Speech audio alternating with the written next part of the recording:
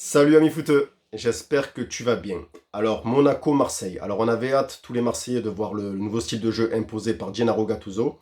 Et il ne fallait pas arriver en retard hier soir à Louis II pour ce match, car dès la 30e seconde de jeu, Aubameyang, qui était bien lancé sur le côté, adressera un centre au deuxième poteau pour Iliman Ndiaye, qui foirera un peu sa frappe, il faut le dire, son intérieur du pied. Mais ça n'empêchera pas le ballon de rentrer au fond des filets. Et là, l'OM mène déjà 1-0 au bout d'une minute de jeu. Donc on est plutôt content. Monaco va se mettre à pousser juste derrière et égaliser très rapidement par Akliouche. Alors ce jeune, il nous a fait très très mal. Il nous a fait très très mal. Avec sa tête de boys band des années 90, il payait pas de mine, mais franchement, quel joueur. Voilà, il a étincé la rencontre. Il a été très très fort. Peut-être l'homme du match côté Monégasque, qui est peut-être l'homme du match sur toute la rencontre. Voilà, on voit que c'est un très futur grand qui sera très prochainement, je pense, appelé par Thierry Henry, voire par Didier Deschamps. Je m'emballe peut-être et j'aime pas trop faire ça avec les jeunes joueurs, mais lui, franchement, il m'a vraiment impressionné, quoi. Il a profité de l'absence de Golovin et enfin, il a été sur le terrain et franchement, moi, je trouve que ça a été l'homme du match. Voilà, pour moi, ça a été l'homme du match. Après, ça n'engage que moi. Bon, bref, je passe sur Akliouche. 1-1. Monaco va se mettre un peu plus à pousser et à prendre un léger ascendant. Et sur ce léger ascendant contre le cours du jeu, Samuel Gigot sur un centre d'Iliman Ndiaye, donc passeur et buteur, c'est bien pour Ndiaye, marquera le deuxième but marseillais. Et là on mène 2. Donc on joue depuis, je sais plus, un quart d'heure, 20 minutes. Directement derrière, Balogun, lancé par Akliouche. Donc Akliouche, il faut dire que dans le match, donc Akliouche va mettre 2 buts et une passe décisive. Akliouche lancera Balogun qui marquera sur une frappe au premier poteau que que je pense que peut-être un certain Steve Mandanda aurait peut-être arrêté. Je sais pas, c'est une idée que je me suis fait hier soir en voyant le but. Lopez, je sais plus trop quoi en penser parce qu'il a quand même sorti des arrêts décisifs hier. Mais au final, il en prend plus que ce qu'il en sort. Donc c'est problématique. Donc du coup, ben, ça fait 2-2. Et à ce moment-là, ben, on est qu'à la 23e minute de jeu. Donc du coup, tu te dis, tu vas avoir un grand match, tu vas avoir beaucoup de buts. Déjà, 4 buts en 23 minutes, donc un quart d'une partie entière, c'est déjà pas mal. Et déjà, dans ces 23 minutes, on a vu un nouveau style proposé par les Marseillais. Franchement, on s'est pas ennuyé, que ce soit pendant ces 23 minutes, pendant toute la rencontre. Marseille a proposé autre chose.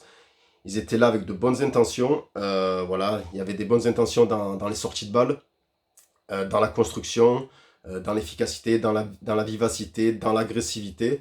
Alors, je m'attendais pas spécialement à ça, à ce style de jeu proposé par Gennaro Gattuso. Je m'attendais plutôt à un style de jeu beaucoup plus défensif. Et il faut dire que c'est une belle surprise. Voilà. Moi, je me suis régalé devant la télé. Bon, on a perdu, c'est bizarre d'entendre dire que je me suis régalé, mais c'est en termes d'amateur de ballon, je me suis régalé, que ce soit des deux côtés, Marseille-Monégasque, même si Monaco, on s'en fout un petit peu. Mais voilà, voilà, contrairement à tout ce qu'on voit depuis le début de la saison, où il y a eu juste un ou deux matchs où on a vu un peu de jeu, là, il y avait un fond de jeu, là, il y avait quelque chose. Il faut dire que ça fait plaisir, voilà. Du coup, ben, la deuxième mi-temps, donc là, on termine à 2 partout à la première mi-temps. Et sur la deuxième mi-temps, alors Marseille d'entrée va baisser un peu en agressivité.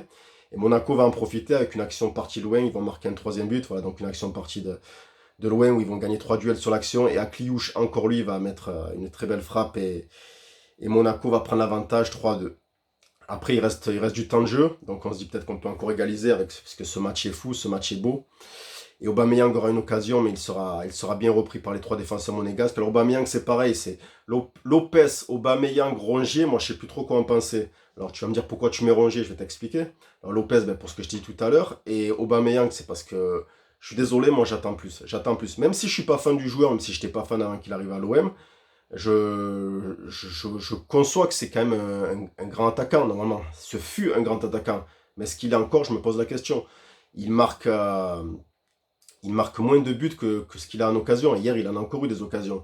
Après, je me souviens que Mamadou Niang, à l'époque, sa première saison, alors je dis bien sa première saison, parce qu'après Mamadou Niang, il a quand même fait de très belles choses à l'OM. Mamadou Niang, sa toute première saison à Marseille, si les gens s'en souviennent, ça ressemblait un peu à ça. Plus d'occasions que ce qu'il mettait de buts. Donc je sais pas, on va bien voir ce que fait Obama. Voilà, on va bien voir ce que fait Obama. Mais moi, j'attends plus encore. Voilà, j'attends plus encore. Du coup, ben, ça va encore dans l'autre sens. Côté monégasque, encore une belle occasion où Balogun cherchera Ben Yedder au deuxième poteau et d'une frappe croisée permettra à Lopez de se mettre en évidence et de montrer quand même qu'il sait faire de beaux arrêts. Donc c'est voilà, c'est le flou. Cette équipe de Marseille, c'est le flou. Lopez, Aubameyang, Rongier. Ouais, Rongier, je t'ai pas dit. Donc Rongier, moi, c'est parce qu'en fait, je comprends pas. Je comprends pas. Des fois, il est là, et des fois, il est là. Voilà. Donc, et là, ça fait un moment qu'il est là. Ça fait quelques matchs qu'il est là. Donc, il y a eu différents entraîneurs. Il y en a eu déjà 3 depuis le début de la saison. Mais voilà, Valentin Rongier, avec la fin de saison dernière et les matchs de prépa, plus ce début du mois d'août qui était quand même assez correct, là, je trouve que ça va pas, Valentin Rongier. Voilà, ça m'emmerde de le dire parce que c'est quand même un joueur sur lequel l'OM aime s'appuyer. Maintenant, voilà, maintenant c'est comme ça, il va falloir faire avec. Donc, du coup, ben, Monaco, quand même, prendra légèrement l'ascendant, même sur le fait que l'OM résiste bien. Monaco, tu les sens quand même légèrement supérieurs à l'OM. Alors, c'est pas excessif, hein, parce que le match aurait pu se terminer sur un 3 partout. Bon, tu as compris qu'il se terminait sur un 3-2. Mais voilà, tu as des joueurs comme Fofana qui ont été très très bons. Fofana, j'ai trouvé vraiment très fort. Il avait sorti le costume de patron hier. Alors, Fofana, Kliouche, c'était vraiment beau à voir. C'était vraiment deux joueurs que j'ai pris plaisir à regarder, même si malheureusement ils ne sont pas du côté marseillais. Côté marseillais, un que j'ai pris beaucoup de plaisir à regarder hier soir, c'était Unai. Unai, je l'ai trouvé très très fort. Peut-être son meilleur match depuis le début de la saison pour moi. Voilà, il a eu beaucoup de ballons, il a été très disponible pour ses coéquipiers. Voilà, je trouve qu'il était bien positionné à chaque fois. Voilà, de la créativité, en veux-tu, en voilà. Peut-être le meilleur Marseille hier soir. Voilà, il n'a pas été buteur, mais peut-être le meilleur Marseille hier soir. Voilà, c'était le Unai du Mondial 2022 où il avait été étincelant. Et hier soir, il a été étincelant justement. Voilà. Ce même Unai qui malheureusement sera remplacé à 10 minutes de la fin par Vitinha. Alors Vitinha, c'est pareil, c'était depuis sa fin de match contre l'Ajax, son entrée contre Paris, son entrée hier soir, je trouve encore une nouvelle fois que ça, il retombe dans ses travers. Voilà, ça va pas. Alors est-ce que Vitinha, c'est un profil à la, tu sais, un peu là, je prends un outil de comparaison avec Florian Thauvin, où Florian Thauvin, bien sûr, il a fait de belles choses à l'OM. Mais si tu te souviens, Florian Thauvin, à part une fois contre Paris, il marquait jamais contre les gros clubs. Alors Vitinha, il s'était mis à marquer, j'avais espoir, mais est-ce que ce même Vitinha est capable de marquer contre des gros clubs? T'as vu, on a vu en fin de match à l'Ajax où il n'a pas été intelligent dans le jeu. Contre Paris, j'en parle même pas. Et hier soir, il a été plus que nul. Voilà, plus que nul. Je suis un peu sévère peut-être, mais j'ai trouvé vraiment plus que nul. Que ce soit dans ses passes, des mauvaises passes, des mauvais choix, des mauvais tirs,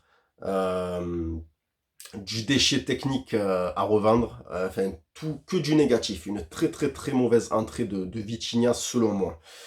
Donc voilà. Donc du coup le match se termine à 3-2 pour l'AS Monaco, malheureusement. On aurait peut-être mérité mieux. Je dis pas ça parce que je suis Marseillais, mais je pense que si t'es observateur, que t'es ni supporter de Monaco ni supporter de l'OM, tu te dis quand même que l'OM c'était vraiment pas mal hier soir. Il y avait quelque chose de proposé. Moi je trouve que c'est plutôt encourageant pour la suite. Voilà. Ils ont été animés, ils ont été vivants. D'habitude, là, depuis le début de la saison, tu avais une équipe morbide, parfois soporifique. Tu te dis, mais qu'est-ce qui se passe? Tu t'emmerdes. Quand tu es amateur de foot, c'est ton équipe. Je te dis que c'est pas cool de regarder ces matchs-là. Donc voilà, ils ont été bons. Moi, je les ai trouvés bons, les Marseillais, hier soir, malgré la défaite.